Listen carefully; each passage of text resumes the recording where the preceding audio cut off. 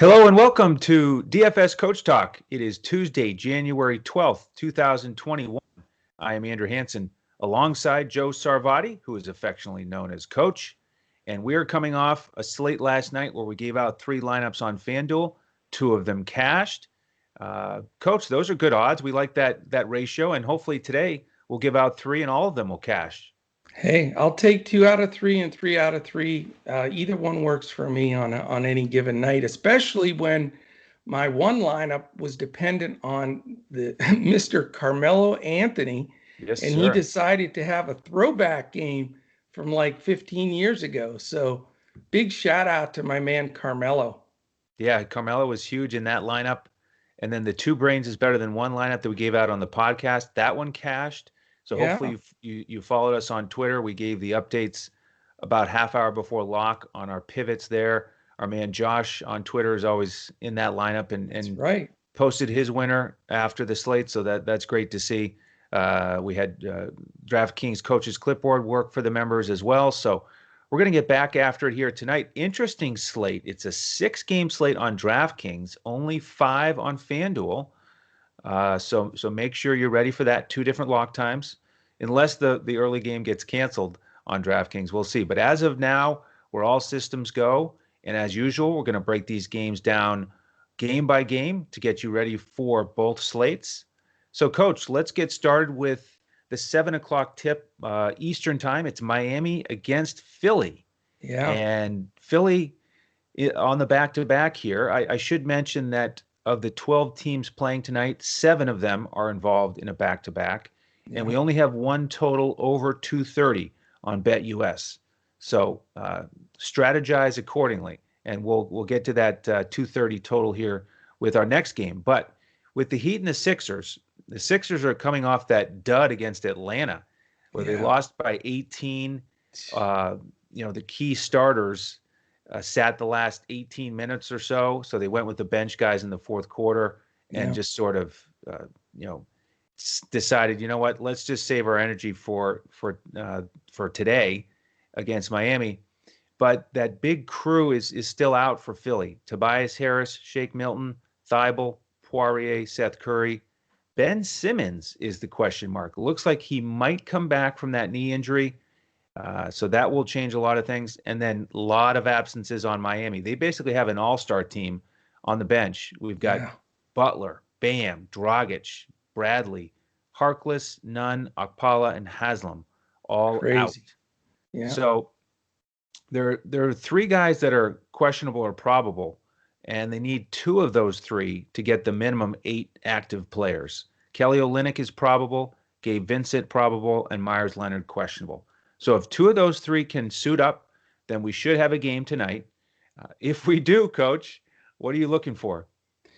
Well, I thought it was very interesting, for the primetime spot of 7 Eastern, for FanDuel to knock that first game out in Miami, Philly. I think they just put their heads together and said, we don't think this game's going to play. So why mess up everything, on our pricing? And they just, proactively went to 5 games. I just thought that was really odd. You don't see that very often. So, like you said, the question is, does this game play? I mean, it's going to be like 8 against 8. I mean, they're both down to the minimum. So in that sense, it's probably somewhat fair. But, I was surprised because both DraftKings and Yahoo have all 6 games in. So we'll see how that rolls out. You know, uh, like you said, a big key is Philadelphia, obviously on the second night of a back-to-back.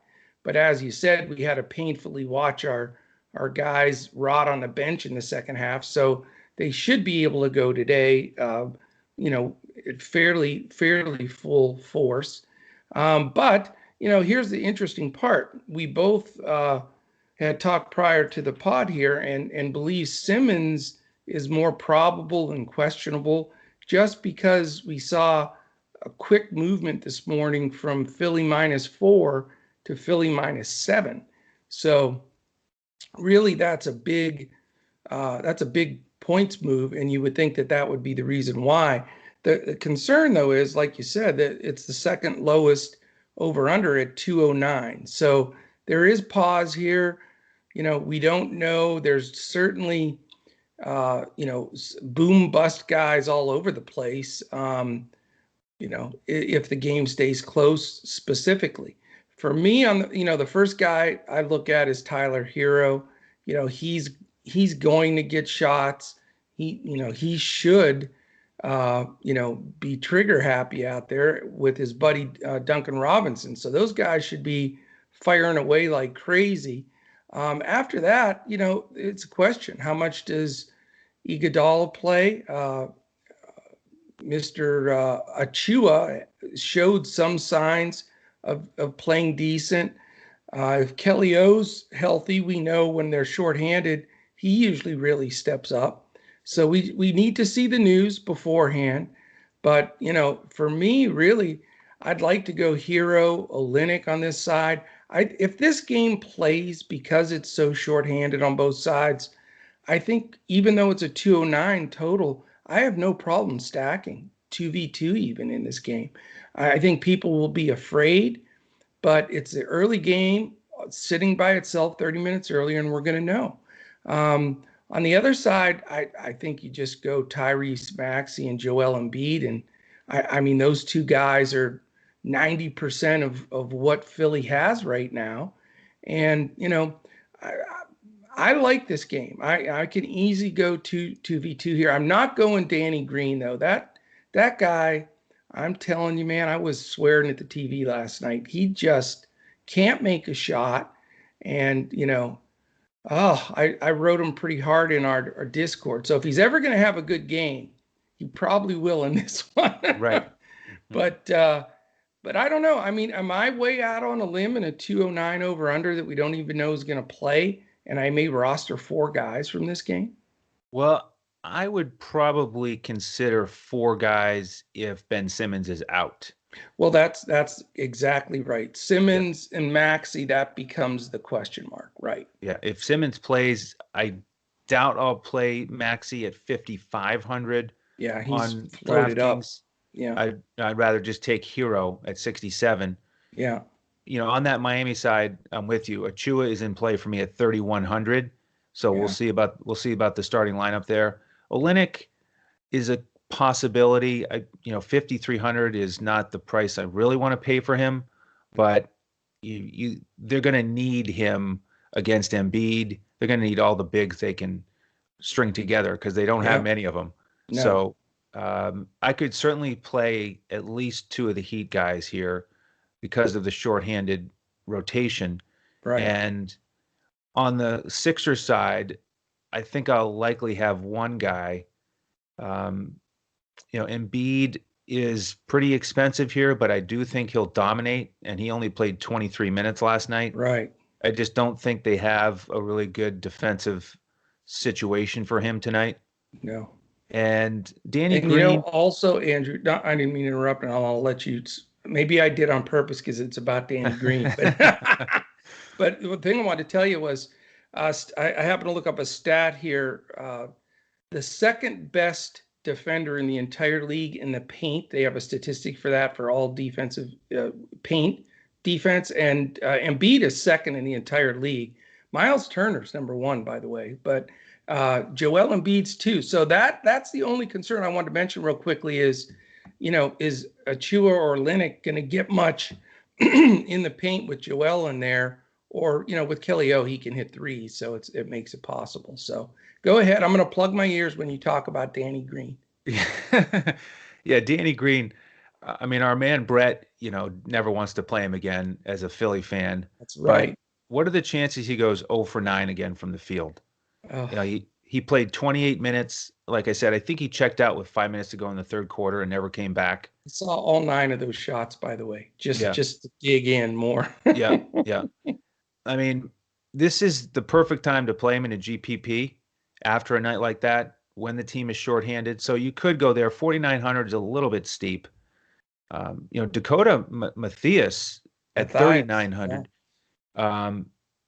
I saw him play a few times in person for the Texas Legends. That kid can score, man. He can shoot. Yeah, he really has a nice stroke. and he got up 15 shots yesterday. Yeah. He played 39 minutes, 3,900. So he would be in play for me, especially if he Sneaky. starts again. Nice Yep. secret squirrel play right Yep. there. All right. Well, let's get to a game that has a little bit more certainty. It's Denver and Brooklyn. And so Okay. this game, of course, is on both slates. This is a 7:30 Eastern tip. We've got Brooklyn on the front end of a back-to-back. They're going to play against the Knicks tomorrow.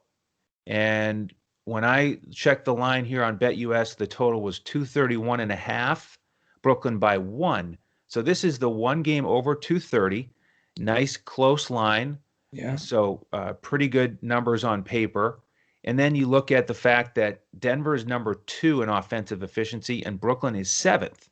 So that's the best combination on this slate for offensive efficiency. Yeah. Brooklyn 4th in pace. Denver bad defensively so far. They're 24th. So 4 good numbers there. Denver's pace we don't like. They're 25th. And Brooklyn's been really good defensively, 6th. And one of the things that I don't like about this game is what happened in the last game for Brooklyn. They lost to OKC, and Coach Nash was not happy, and he ripped into the team in the media and questioned their defensive effort, their competitiveness. So I think Brooklyn is really going to come back in this game, play harder, and that's the thing that makes me pause a little bit about wanting to really get a lot of exposure to this game. But that being said, I really like a lot of the prices for the Brooklyn guys, because Kyrie is out.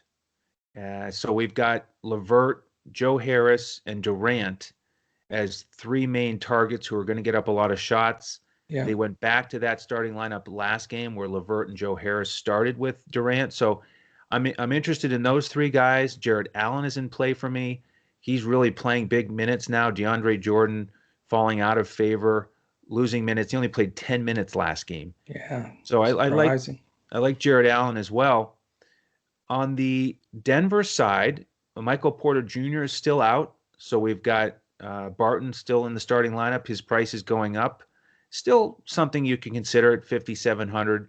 Jokic he's been priced up now, 11,000 or more on both sites. Yeah, so that's that nuts. that gets really tough to pay. But he's the guy that I want from Denver. The offense runs through him. You still see a lot of 2-man game with Jokic and Murray, but Jokic is really the point guard. I mean, he's getting all the assists. He's involved in every single possession. So Murray for me is much more of a GPP play. He's going cheaper and cheaper. Because he's playing worse and worse. He's playing worse and worse.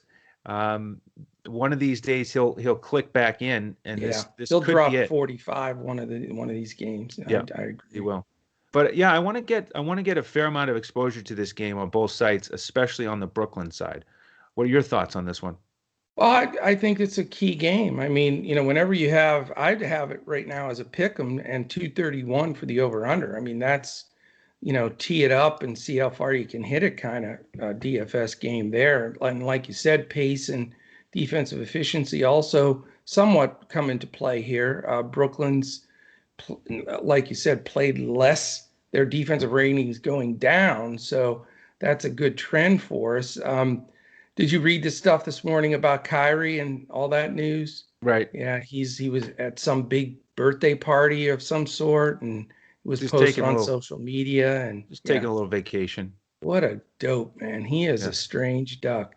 But now it's COVID issues too because he was around all those people. So it's it's craziness. But I just can't believe it. But I really think the Joker at that ludicrous price is such a good play. I mean, I know he has to get 55 just to make value. So we're talking to be happy, you got to get 65 from a guy. That's a lot on the road. But Brooklyn, when they play Jared Allen the majority of the minutes, the last season and a half, they don't defend as well. Jared Allen gets bounced around. He's not that great of a defender. They may use Jordan a little bit more because of the Joker. That's why I'm not going Allen. So that's interesting. I don't think I want to pay up for the Joker at that number. At 10, I could stomach it, but 11 plus is hard. The problem is this is such a great DFS game, and I don't like anybody else from Denver. So I hate to not have no exposure there. I mean, like you said, Murray's super playable, but I've gotten stung with him multiple times now. And Harris, Barton, Millsap, I wouldn't are not rosterable to me, maybe GPP style, but it's either Joker or bust if I'm going to go on the Denver side. With Brooklyn, I mean, Kevin Durant is such a monster stud. It's just a joke. And first game back, he was tremendous. I mean, he's to me probably my top 2 or 3 plays here on the card. I mean, I think you plug him in and go. And Karis LeVert, man, he's showing a side that I didn't realize. I thought he was just a scorer, but since he's taken over the point and starting, for Kyrie, his assists have been fantastic. He sees the floor. Man, he's a fantastic player. He really is. And so it worked for me last go around, and it's one of those scenarios where it makes sense again to just dial up LeVert and Durant and spend the money there. And if you want to go all in on this game like this is the game, then you follow up with Joker on the other side. Now, again, it's going to put you in a little bit of a hole money-wise, but I don't think you're going to go wrong with those 3 guys if you can find a way to make it work. Yeah, and it's funny. I also have been building some lineups here with either 3 or maybe even 4 Brooklyn guys without a nugget on the other side. That's unique. I usually don't stack a game like that, but Right. with the usage focused so heavily with LeVert, Durant, and Joe Harris, and Joe Harris, by the way, is only 4,900 on FanDuel as a small forward. Sometimes that's just the way it shakes out because of pricing. Because on the other side, if Jokic has 50 fantasy points, you don't want to pay 11,000 for him. Right. And we don't, like you said, all the other guys are GPP.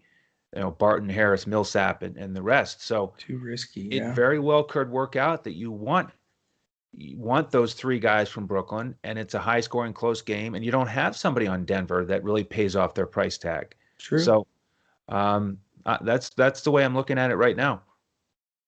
All right, game 3, coach, not quite as exciting. It's Utah and Cleveland. Over under is down to 206 on BetUS.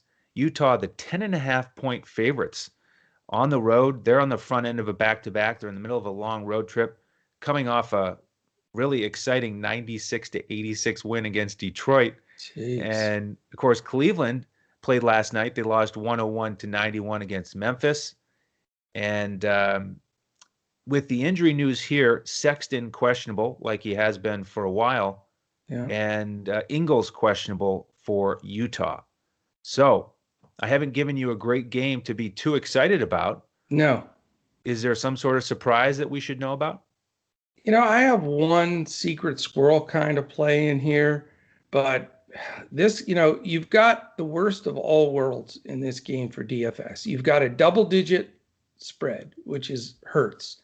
You have a 206 number, which is vacillating between 205. It was 205 a few minutes ago. So, when you have a double-digit spread that low, which I think is the lowest I've seen this year. I think yesterday we had a 206, 205 today. And then on top of that, Cleveland right now is the number 1 defensive efficient team in the league, and they're really controlling pace. Utah is 14th, so that's nothing wrong with that either. And, top half, and they can really protect the rim with Mr. Stifle Tower in there. So that makes it, very tough. And then with pace on top of everything else, Utah 23 and Cleveland 27. So what a stinker of a game, man. I mean, I don't see putting good money into, for me anyway, for Mitchell or Drummond or all the expensive guys in this game. The guy that I think could get enough minutes at a minimum price, Yogi Ferrell, who he talked about, signed yesterday. He played like 17 minutes. I'll tell you, I watched him a long time with the Mavs.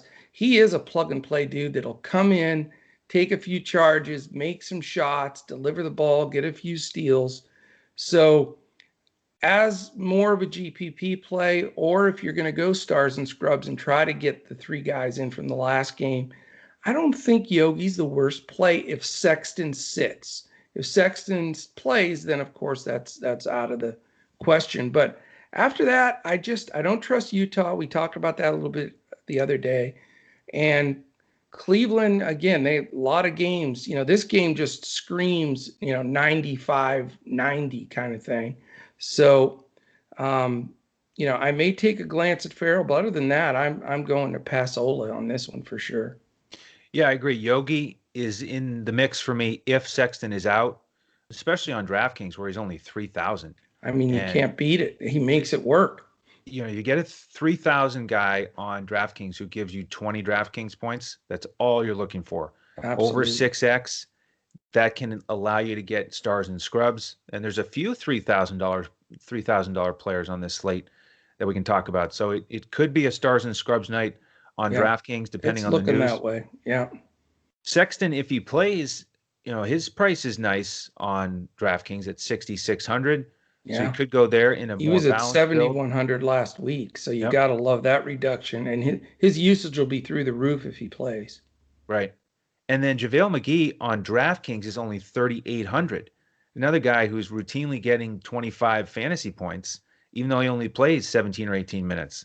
So you could go there if you need it. On the Utah side, I wouldn't mind getting a little Jordan Clarkson narrative in his return to Cleveland, but he's 5,600 on DraftKings. Yeah. Not really the price I like. 5,200, a little bit better on Fanduel. There are a lot of shooting guards that I like today.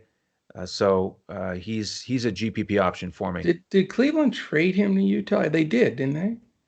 Yeah. Wasn't he involved in the... I think of what trade that was. Jay Crowder. It could have been. Wasn't it Crowder and Clarkson? They went to Utah. I think so. I think so. I mean, I haven't read that there's any bad feelings there, and he did get the big contract with Utah. So I don't know how much of a narrative is with that, but you never know. Part of it for me is anytime you get a player in a visiting arena who has played there and shot up thousands and thousands of shots, you just have an edge over everybody else on your team. You're just more comfortable there. Yeah. So it's not necessarily a narrative of revenge. It's a narrative of familiarity with the rims and the shooting environment. So yeah, that's my thought there. All right, let's get to the second half of the slate. Let's head to 8:00 for the Lakers and Houston. Why are you getting all the good games and I'm getting all the garbage games? This is working out well today. It wasn't a great game last time because the Lakers have it on the next two. You fixed this slate. The Lakers blew them out 120-102 when they played on Sunday. So we'll see if Houston can make it more of a game. A lot of news here. We've got John Wall and Eric Gordon questionable for Houston. On the Lakers side, Wesley Matthews out, KCP probable, and then the usual questionable tags with LeBron and AD that I'm going to ignore. Yeah. So really it's the guards with Houston that we need to know about because Harden could come into play finally. I'm not going to play him if Wall and Gordon are in. If they're both out, all of a sudden we get the old James Harden of old in Houston, and not bad, in the 10K range. So he's someone to consider. Decent game environment. Both of these teams are top 12 in offensive efficiency. Lakers are 4th, Houston 12th. Lakers are strong defensively, though. They're number 2, and I heard LeBron talking about how one of their goals is to be number 1 defensively. I saw that interview, and that's the only thing he wanted to talk about, too. So that's a little bit scary. And it makes sense for a championship team to set a new goal to try to stay motivated about something. Right. And that's scary for the teams out west. Yeah. Pace, average pace here, Houston 12th, Lakers 17th. So we've got an over-under of 223, Lakers favored by 5.5. That's really it for me on the Houston side. It's Harden as a possibility. based on the news. By the way, Daniel House is still out. Wood is, he's come down a little bit in price, but still expensive given this matchup. Right. He didn't do too well against these guys on Sunday. I think he'll probably do a little bit better, but he's going to have to do a lot better to pay off the value. Cousins, is a GPP option to me. I think he's going to be extra motivated after getting ejected. Yeah. He's a Morris decent Sr. was price, going to kill him. He's lucky he right? didn't get his butt handed to him. That one interaction they had. I mean, Cousins showed amazing restraint, I'm not to just shocked. deck Or Morris. fear. Morris are, screw loose. So They're they intense. can kill you. I don't think Cousins is scared though. I think he made a nice move there. That was That impressive. was smart, but he got thrown out anyway. I So know. what's the difference? Yeah. And then with the Lakers, Schroeder is still extra cheap on FanDuel at 5,500. Yeah. Um, Kuzma is 3,900 on FanDuel, 54 on DraftKings. That's a price disparity I wanted to Huge. mention. I don't know that I'll go to Kuzma. There's another power forward I like in the next game we'll get to. Um, with the Lakers, there may be a lineup where I pay down from Durant to LeBron just in case. But in general, I like Durant more than LeBron and AD on this slate. So I don't think I'm going to get too much exposure to those guys. Yeah, I mean, trying to look at the game that they just played is helpful, but it's a little confusing too. You've got the Lakers on the first night of a back-to-back, which gives me a little hesitance of them trying to blow out the minutes of LeBron or Davis. But what they've done in the past is let Davis play a full plethora of minutes and then sit him the second game of a back-to-back. So that's possible as well. That's the reason that right now, I know he's a questionable tag, but on my beginning lineups here, because certainly in these late games, you have plenty to switch to. If Davis ends up sitting, you have the Sabonuses and et cetera, to switch to. So I sort of I like Anthony Davis tonight. I think Houston, yeah, Christian Wood has played well, but he's still not a defensive stopper, nor is Cousins. So not yeah. So I think Davis can own the paint, and this seems like the kind of game where he has one of those 50, 60 point fantasy nights. He is a little expensive. I get that. But, if he's going to play a full deal of minutes, then we got to do a lot of, checking everywhere, Twitter, the beat writers and everything to find that out. I cherry pick when I go with Davis, and I've been pretty successful with it so far. And I just think this is a good spot.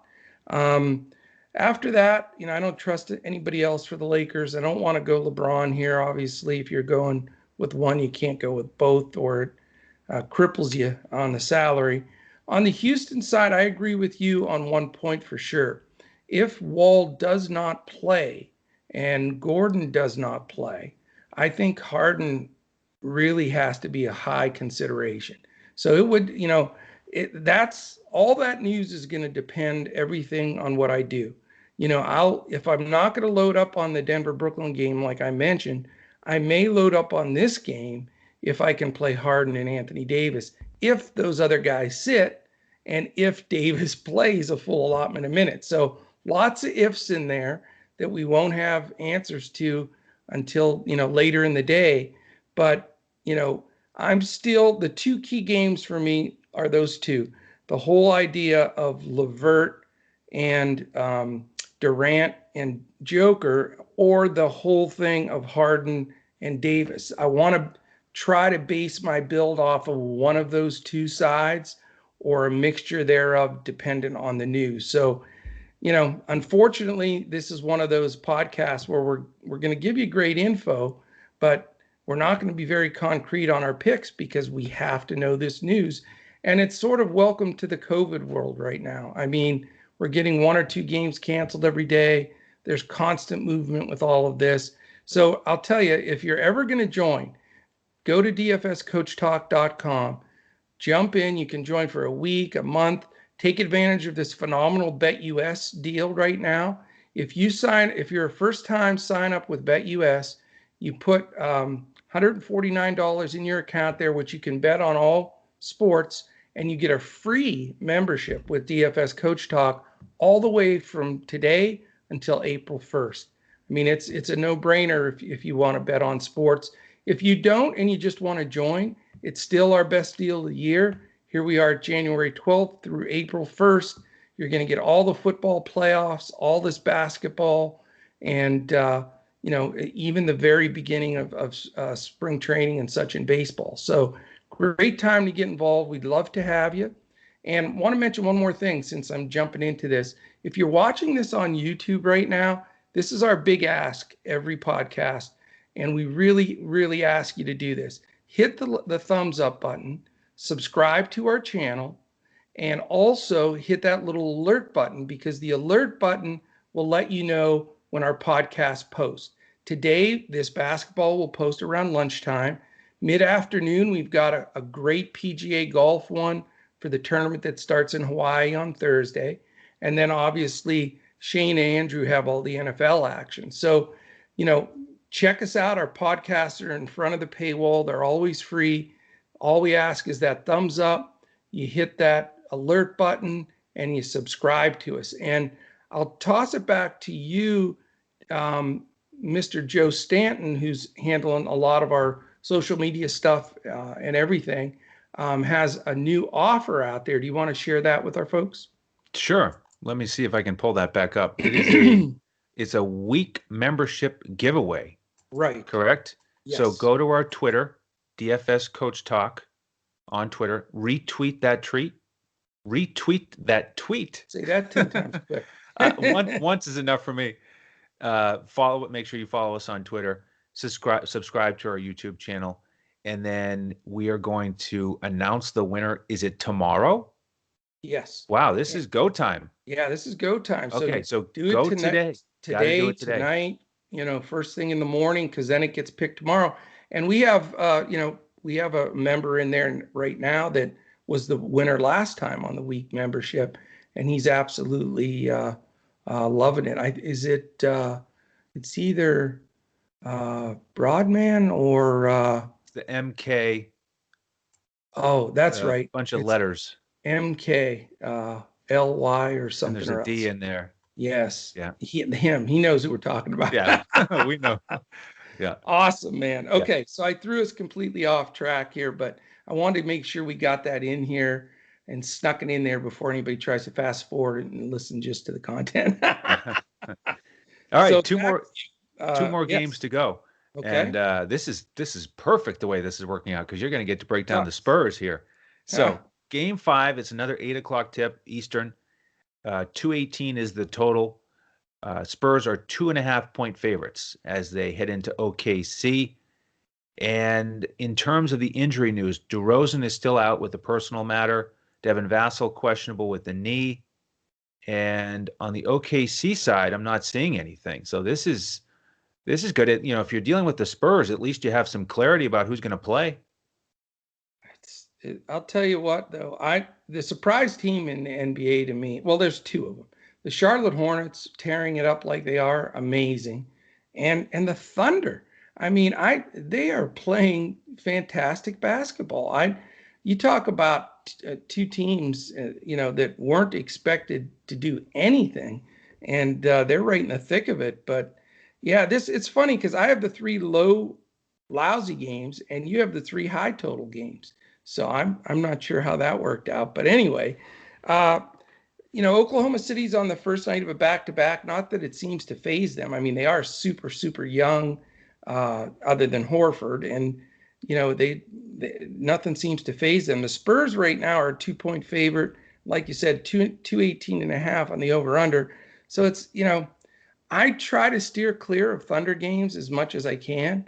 And I know as soon as I decide I'm going to play some guys from them, it's going to be one of those, 89, 88 NBA specials. But, it's hard to say here. Team defensive efficiency, San Antonio is only 22nd. So that gives me, a little bit of hope that they could get it done. Oklahoma City is in the top 10. They're 10th. So, that's part of why they're doing so well. They're controlling pace, and they're defending really, really well. They're 16th in pace, so just middle of the road. And the Spurs, uh, take a guess. Do you know where the Spurs are? In pace? Yeah, just a Well, wild guess. I wrote it down. So Oh, 13. you're a cheater. That's how you win all those golf quizzes. I'm going to No, change not the true. rules today. I'm Not changing true. the rules on golf. Nope. Yeah, so they're higher than you would think. They're generally lower pace, but now with Murray, and I'll tell you, Lonnie Walker, man, he had a phenomenal game last time out. But those guys are running the floor. I think they're playing better without White, actually, since he went down. And they're getting it done. But without DeRozan, that makes it tough. So I'm not going to focus on this game. The two games I'm focusing on, and then my third game will be, the last one that we're going to talk about, of wanting to have some people. So really the only considerations here, and it has to fit. I mean, LaMarcus Aldridge has been steady. He's hitting shots. He's getting rebounds. He's getting minutes. And they are leaning on him a little bit more with DeRozan out. But it looks like the usage with DeRozan out is going to the backcourt of Murray and Walker. They're the ones that have seen the biggest jump since he's been out. So, the price on those guys isn't bad, and you certainly can consider them. I mean, you can take a value play or two from this game to help make your lineup. On the Oklahoma City side, Shea's expensive. He takes 90 billion shots, and they run a lot of clear outs for him. But it's hard to pay up for him in a game like this. If you want to go cheap, Baisley's been wildly inconsistent, but he's a good GPP play because he's athletic. He can jump. He's going to get some rebounds and blocks, and he's going to help you in that aspect. And then you can't deny what Diallo's been doing off the bench. He's sort of been their sixth man, and he just followed up 2-3 games in a row where he's scoring. He's athletic. He's just playing with a phenomenal amount of confidence. So, this game is a perfect game to dip into for one or two value guys, in my opinion. I don't think I'll pay up for Shea or LMA in this one just because of game scripting. Yeah, so for me, Shea is the guy that I'm really thinking about. Because he had that bit of a lull, but now he's picked it back up. He's getting more shots. He's getting more accomplished. I wish he wasn't 8,500 on That's FanDuel, expensive. But Spurs, you're right though. His usage is massive. Yeah, so he's in consideration for me. Diallo, I agree, you can't ignore, but now he's a lot more expensive, so I probably won't go there. Al Horford could make a lineup for me based on his price. I don't love that this is the front end of a back-to-back, but he's getting in a much better rhythm here in these 3 road wins in a row that you're referencing here. Amazing. I mean, this team is really trending up. So he could make a lineup. There's a value play I really like on the Spurs, and that's Trey Lyles. And he got 35 minutes in that last game. Amazing.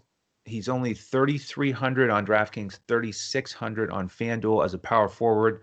I think he makes a lot of sense today. What's funny is they only decided he was going to start like 30 minutes before the game. They were going to play your rookie guy, Vassell. He was supposed to be in there, but he's got sort of a bum ankle, so he's not 100%. But yeah, Lyles was a super duper sneak play the last time. But you're right. When he's in there, man, he cleans the glass. He gets it. I've always thought he has talent. I don't know why he doesn't get minutes.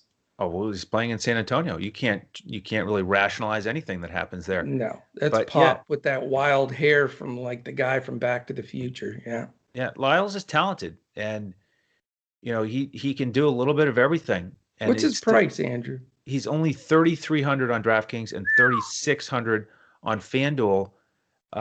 This is going to be let's face it, this is going to be a stars and scrubs slate. It's playing out to be such cheap value that you can get 2-3 of the big boys in there. Yep. And then with the rest of the Spurs, probably don't want to pay up for LMA. Lonnie Walker's in consideration for me. He's so much cheaper than DeJounte Murray. Yeah. Only 5,200 on FanDuel, 54 on DraftKings. I think is a fair price. So I could get a couple guys from this game just because of how it all works out with roster construction. All right, one more game here, 10:30 Eastern. We've got Indiana against Golden State. Talk about late night hammer. It's two and a Yes, half hours later than any other game. you got to wait for this hammer, and it's going to come strong. We've got a 226.5 over under on BetUS. Golden State favored by 3. Indiana coming off the back-to-back. Tough loss against Sacramento, 127-122. That was a fun, entertaining, high-scoring game. Now they've got to deal with Oladipo likely being out. He's officially doubtful right now, but because of that knee issue, he's likely to sit since it is a back-to-back. And TJ McConnell is still out. So there's going to be some extra minutes for Indiana. I'm still most interested in Brogdon I bet against. you like Dougie McBuckets, though. Yeah, I almost played him yesterday, and I'm really disappointed I didn't. He's still in the 3K range on both sites. Yeah. He got 30 minutes, shot it really well. So he is in play for me. The other guys that could step up in terms of minutes, Aaron Holliday, wouldn't surprise me if he starts, but he hasn't really done much with his starting opportunities this season. He's So I'm been not flat this whole year so far. So that's the value guy that I don't want to play. Justin Holliday, kind of interesting on FanDuel at 4,500. He can get some steals and blocks for you. He got 34 minutes yesterday. I think he'll play solid minutes again. Yeah. On the Golden State side, Steph really shot it poorly against Toronto. Sure did. But I think this is a much better spot for him. Indiana 19th defensively. Draymond Green. I want to ask you about him because I heard your comment that you don't like playing him, which really caught my I did attention. in the last time he played. I now love Draymond Green after that last big game he put up there for me. Okay. So what were you down on him this season in general? Because he certainly has been sluggish. Or were you talking about him as a general DFS? No, generally in the last several years, I'm just not a Draymond guy because Really? there are, and the reason being is I get it. He gets double-digit assists, double-digit rebounds, but there are so many games where he just won't shoot. He gets the ball 4 feet from the basket, like hardly with anybody on him, and he'll kick it for a 3 anyway. So it's frustrating at times, now that his price is so cheap, it's always been high, if you remember, because he used to get all those triple doubles. And I would, all of a sudden he'd have a 5-point real game and you'd be paying 8,000 for him. Now he's in a price range. That's why I played him the other day. It was too good of a value, and his capability, he can put 40, 50 DFS points up on the board quickly. So as long as he stays this level of value, then I like him. Once he starts going up, then I'm going to jump off the ship. Gotcha. Okay, yeah, I'm with you. I mean, in the 5K range, I'm all about Draymond here because, again, he can get a triple-double or still hit value even if he only makes 3 layups, because of everything else, the way he fills up the stat sheet. I mean, fifth in the 5K range, that's just that's a great opportunity. So Draymond and Steph are in play for me here. What do you think about this late night hammer game? I'm a little concerned about Steph. I mean, he just looked really slumped. I think that's the worst I've ever seen him shoot the ball, to be honest with you. I can't remember a game that I think he was 2 for 16, if I'm not mistaken. Correct. So, it's Steph Curry. I mean, he can shoot, standing on his head. So, but Brogdon is a very, very respectable defender. And I think Brogdon dogs him a little bit. And, Curry's still very expensive. So I'm not real comfortable going there. I think, like you mentioned, because of the cheapness, I mean, Green is like half the price of Curry. I mean, can he get half the stats? You would sure think so. So I think he becomes somebody that I'm interested in. On the Indiana side is really what I like a lot better. I mean, I don't think anybody has been hammering it quite like Sabonis, man. That dude just puts up big double doubles with 30-point games, playing fantastic. It is the second night of a back-to-back, so that is a little bit of a concern. But man, it's hard not to like Sabonis or consider him. I also don't mind Miles Turner, and normally, I never play Carmelo Anthony. He came through. I never play Draymond Green. He came through. So I sort of like Miles Turner in the sense that right now he's literally seriously, more than double anybody's block shots in the league. He's averaging 4 a game. And I think he patrols the paint here and gets some things done. So for me on the Indiana side, I'm interested in their 2 bigs. I know that they're going to get extra run for Justin Holliday. McDermott's going to get a lot of love just because of his recency. I don't want to go there. I don't trust Aaron Holliday the way he's playing. Brogdon's always in play. I mean, he's such a solid all-around guy, but his price is higher than it's been. So, and I do think he'll be focusing on shutting Curry down as much as possible. So really in this game, the guys that have my most interest at this point with these numbers are Draymond, Sabonis, and Turner. Okay. And you reminded me of something I wanted to check in terms Okay. of the back-to-back and the minutes with these Indiana guys, because I saw a stat watching that game last night. Sabonis and Brogdon are both top 5 in the NBA in minutes per game this year. Yeah. And I went and checked their back-to-back game. They had one a couple weeks ago, and in the second half of the back-to-back, Brogdon played 36 minutes, Sabonis played 41. That would work fine. That works, right? And they both average, I think, over 37 per game.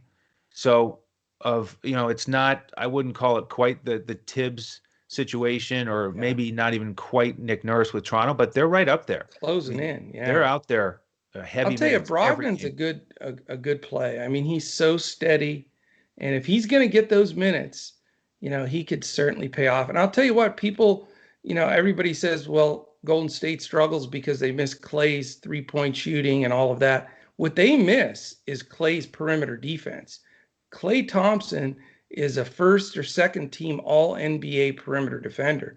And this is where they really miss him, because Brogdon starts getting a little hot with Oladipo sitting out. They'd have Klay just all over him. So they don't have that option. And, I think that's a big part of why they're struggling. Excellent. Well, that wraps up the 6-game slate. A couple quick things. If you could, on Twitter, when you go to DFS Coach Talk to do those tasks to be entered for that week membership giveaway, you can follow the coach while you're there on Twitter at JOESARVADI. You can find me at Language Olympic, and our man Shane is at DET Sports Shane. Coach, Correct. you want to wrap it up? Yeah. So all you have to do, and remind me if I get this wrong, you just have to retweet and like our tweet, and then follow us, subscribe to us on YouTube. Is that correct? Yeah, it's a perfect example. Instead of you and I trying to describe it, we should just say, go to the tweet. It's a pinned tweet. So all the directions are right there. They're right there. So just go to Coach Talk, DFS Coach Talk, right? Right.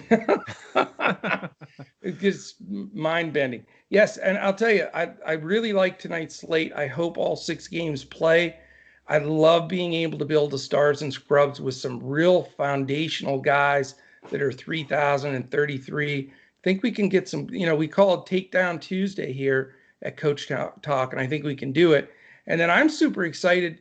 Very seldom do I get my sweet spot, which is like 10 to 14 games. Tomorrow's 10 games. So let's hope those play because of COVID. But, we love the slate tonight. We're going to go after it. I can tell you right now, just already from building lineups, this is going to be at least a 4 crowns out of 5 for me as far as this slate goes. And then having that big 10 gamer tomorrow, we're doing our best. Like, we're getting this out at lunchtime today. We're really going to try to do that every day, so you have the full lunch break and afternoon to check out the podcast. And if you have any questions, shoot us, at Twitter, at Joe Sarvati, at Language Olympic, or even on YouTube. If you watch it on there, we know that you're going to like, subscribe, and click the alert button. You can also send a question or make a comment. We always respond, usually pretty quickly too. So terrific job. I'm excited about tonight. And, we're getting hot 3 nights in a row with our one of our hybrid lineups on FanDuel busting 300. That's sort of been the magic number right now. I know that fluctuates up to maybe 350 on nights where people are blowing up the slate, but really 325 is going to get you some nice cash money each night, and that's where we've been playing lately. So that's it, man. Okay. Well, on behalf of the coach and the rest of the DFS Coach Talk team, I am Andrew Hansen. We'll see you tomorrow as we look to crush it in DFS.